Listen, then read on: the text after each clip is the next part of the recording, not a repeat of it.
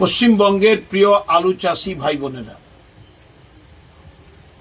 কোনো চিন্তা মাথায় রাখবেন না, দুশ্চিন্তা থেকে মুক্ত হন।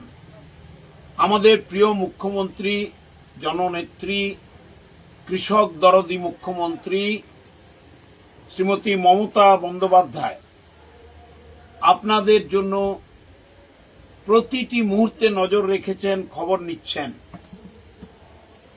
আলুর অভাবী বিক্রি রোধ করতে এবং আলু চাষিদের জন্য লাভজনক দাম নিশ্চিত করতে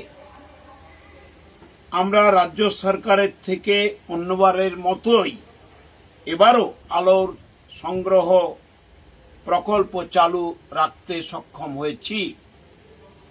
আলুর ন্যূনতম সহায়ক মূল্য বাড়িয়ে কুইন্টাল পিছু 950 টাকা করা হয়েছে মুখ্যমন্ত্রীর নির্দেশে। আমাদের সমবায় দপ্তরের হিমঘর সহ রাজ্যের প্রায় সমস্ত হিমঘর এই প্রকল্পে অংশ নিচ্ছেন। রাজ্যের হিমঘরে ছোট আলু চাষিদের জন্য 30% জায়গা সংরক্ষিত আছে। আন্তঃরাজ্য বাণিজ্যে কোনো নিষেধাজ্ঞা রাজ্য জারি করেনি।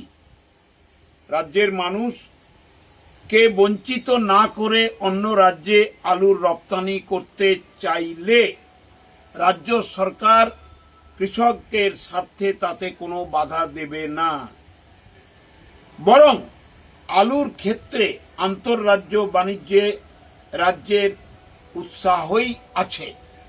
প্রিয় আলু চাষি ভাই বোনেরা, আমাদের মুখ্যমন্ত্রী মমতা বন্দ্যোপাধ্যায়ের প্রতি আস্থা রাখুন।